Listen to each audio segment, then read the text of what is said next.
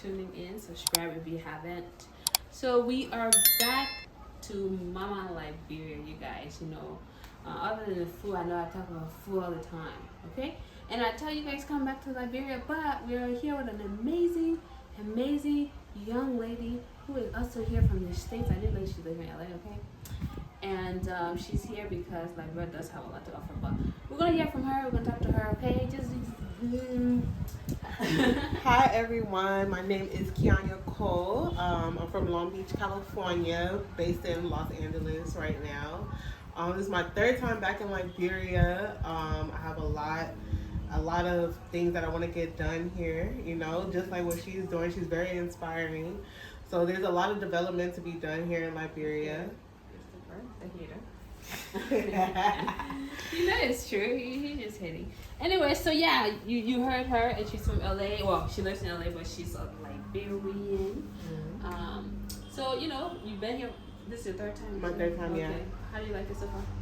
I love Liberia. Life is easy here. I love the people. There's some things that you have to get adjusted to, but it's easy life here compared to living in America and stressing out and things like that. If you look all around, me coming from the diaspora, you have an eye to see that there's a lot of development needed and it can be done, especially with young Liberians coming back to Liberia. It really can be done. It's just we need the encouragement because a lot of people, they haven't been back in so many years. And once you get here, like me, I actually wasn't born here. My dad was born here, but I always wanted to come back. As soon as I touched down, it's just there's so much to be done. Business opportunities everywhere. Can be done everywhere. You just need a good guide to teach you the way. So. Okay. That's good. So what are some of the things that are so different, right, in the U.S.? It's more relaxing, like you said. Obviously, it's the United States, right? But what would you say are so different compared to here in terms of life quality or relaxing, whatever it is? Okay. So for one, my auntie and my uncle, they work, but it seems like they don't stress. Me, okay. When I'm in the States, I work and I still stress. Every single day is very stressful because there, if you don't do something, you will suffer. Here, it's something in my. But here, it's once you work, you build your house, it's your own. You don't have to worry about paying a mortgage for 30 years. 30 years. 30 years. I'm not even 30 myself. By the time you're done paying the house, you're old. Yeah, you're old and you didn't enjoy life because you just gotten up, gone to work. You literally come home to take a shower and sleep. Here, if you work or if you have a good business here and you build your house, you're not only helping yourself, but you have the opportunity to help so many other people. You can ask somebody to come and help you around with your house chores. You can help young children pay for their school fees and things like that. That's what my auntie and my uncle do. That's what a lot of my family members do. They're able to help so many people. And me, I love helping people. It's just in America, I don't necessarily have the means to do it as much as I would here. So that's something that's big. Another difference is, something that people always like to talk about is the traffic. Okay. It's something to get adjusted to because there are no traffic rules here, which is fine. It's just a small adjustment. So you just take what you're used to and put that outside your mind, and then you'll be fine. But crazy. LA, and that's the thing. Luckily, I'm coming from a place that I already know traffic, so it wasn't hard for me to get adjusted. Here, I already know crazy driving and things like that. So that's all. Right. That's the biggest thing is the traffic. She's right. Okay, so you said something fascinating in there. Your dad. You actually encouraged your dad to come to Liberia, yes. But you were actually not born in Liberia. That's fascinating. Okay, she encouraged your dad. So some of you kids, you can encourage your parents to come back to LIB. So give us a little bit of background. Yeah, so just a little insight. My dad went to the States when he was very young, I believe age 14, 15. Okay. He was sent there to basically finish up his schooling, and then he was sent by the Liberian government in connection with the American government to finish up his schooling and things like that.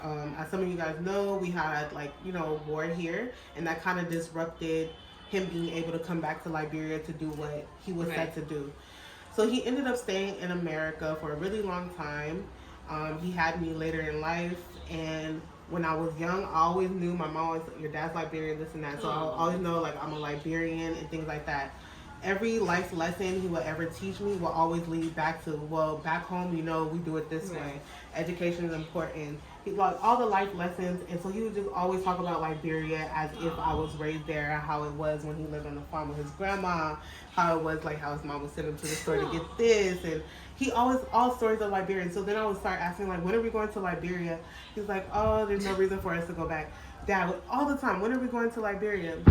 And so I felt like he probably didn't really have the push or will to come back to Liberia. Maybe he felt like he didn't have things to go back to for his family and things like that. Kind of everything he knew was disrupted. And so I didn't really tell him, but I knew when I graduated college, got my first job, and I made some real money. I'm like, I'm going to buy a ticket, and we're going back. So when that happened, it was actually during COVID. I bought some tickets. We came back, and now my dad comes back every single year. He came back the first year, met a lady, came back the second year, got married to her, and he's coming back every single year. He sees the same development opportunities as me, and he's really reestablishing himself here. I didn't, want my dad to end his life in America. Yes, I really didn't. So that's another reason which is pushing me to come back, because he always say, if something happens to me, I want to be buried in Monrovia. Exactly. You know what? Establish something in Monrovia and it'll be all right, and it's so much easier. I don't have to see my, when my dad finally retires, I won't have to see him stressing so much going to work and things like that. So you see, okay, this girl was born in the U.S. Her dad is originally from Liberia. She's here. Third time. What's stopping you? You were born here and you are giving an excuse every day. Every day, I can't go back to that control. I can't go back. This girl was born in the U.S. I know nothing about Liberia. Exactly. She came here, she adjusted, and now she's coming back more often. So did you enjoy yourself doing like New Year's? New Year's? Yeah, so the first year I came, I actually bought a one-way ticket because it was during COVID. I didn't have no work to go back to. So I said, I am going. This is my opportunity. I went and I ended up staying for 3 months. My whole family, everybody was very surprised. I lost my phone, and so it really made me soak in Liberia instead of just being on the phone and being on social media and things like that. So I really got to know the place and things like that. I love Liberia. I love the adjustment and all of that. So as you're driving around, what are some opportunities that you have seen, right? And I see a lot of business opportunities here. Each time I come, something new. From your perspective, like what are some of the things that you've seen? So there's certain things that we're used to in the Western world that they lack here, but if you bring it here, you can really benefit and things like that, and the people will benefit. Something as simple as, I know a lot of people talk about this, like ice. Ice is such a commodity to us. We have refrigerators that produce ice. Exactly, it's true. Here, I know if you buy like a facility that can cool things itself, you can, all these people that sell things that need to stay frozen, they will pay you to put things in your facility. Something as a cool place or ice storage, like ice. Packaging water, building. I know a lot of entertainment. Liberians love to be entertained. Can I talk about shisha? Of course. Okay. So one thing I like to do, I like to smoke what they call shisha. We call it smoking hookah in the States. And that is something that is coming to Liberia. Every year I come back, I see more and more places with hookah and things like that. I know it's very, very simple. I went to one hookah lounge, simple setup. He has really nice designs on the wall, and people just come and sit, watch games and things like that. And chill and smoke shisha and things like that. And that's really, that's one business opportunity that I just seen. And I was talking to the owner of that particular hookah lounge, and he was telling me how he got started, and it's just such an easy concept. And if you're talking about like for us in the diaspora, I started an easy business, lucrative business. Very, very simple. Like, it's so simple. So one reason I started because there's a difference between culture appreciation and appropriation, right? So you appreciate a culture once you learn about it. You can appropriate it if you go about doing things incorrectly. So waist beads became a trend in America not too long ago, right? So I came here, I went to the market, I saw the price that they were selling waist beads for, and I know the price that they'll buy it for in America. This is an idea because I'm not selfish, right? Okay, I'm not selfish. Ideas, yeah. So I came here and I talked to the people, and I went to the market, and I didn't go to one waist bead seller. I made sure I went to every single waist bead seller so I could spread the love. Yes. I wanted to spread the love, compare things, get to know them and their families, get connected with them, and then I took it back and I sold waist beads for 1 year, and that's what supported me. So trust me, it's good. My homegirl does in Ghana too. She's Ghanaian, she does it. I'm telling you, and that was one lucrative business. And selling waist beads is not the only thing. Right. You can get clothes made here. This bag, this beautiful bag. Exactly. You could get things made here. Why not? And so me, I'm a Pan-Africanist, so I'm very big on connecting all of the Black diaspora, whether you're Caribbean, Black African American, African, and things like that. And I know a lot of us in the diaspora, we like things like this. So if you take fabric, you know, you can tie lapas, shirts, and things like that, and sell it. That's another opportunity. But me, you know what I'm doing? The money that I make there, I'm bringing it back to Liberia. So it's import, export, and things like that. Okay, that's good. That's good. So do you intend to build in Liberia? Like, what is your long-term goal? So I do intend on building in Liberia because new development. New development. I'm new to Liberia, so I don't know the way. So I really do need somebody to show me the way. But building in Liberia is definitely, you know, because honestly, like I didn't grow up in a house in the States, right? We grew up in apartments. As for me, I grew up in apartments. And so just to have a structure that I can build and call my own, and I don't have to worry about a mortgage or paying mortgage to the bank or something falls, like I lose my job and things like that. Like I don't have to have that stress. Once I build it, it's there, and that's a structure for not only me and myself to come back, but my family, my kids, my cousins, my friends to come back and stay and see what's really going on in Liberia. So once you build one thing, then you could build a bunch of other things. If you build, like apartments, duplexes, you can rent them out. Airbnb for people that want to come back. I know a lot of us in the diaspora want to come back. Have a nice place to stay. Nice place to stay is always a plus. Always a plus. Okay. What surprised you about Liberia when you first came? What surprised me? I think the mentality of Liberians. That's what really surprised me because my dad, he's coming from an older generation, and he saw Liberia when it was at its height. So that's the story that I was fed. Now, when I came back to Liberia, the youth that's here, the mentality of their own country, there's no, how you call it, patriotism.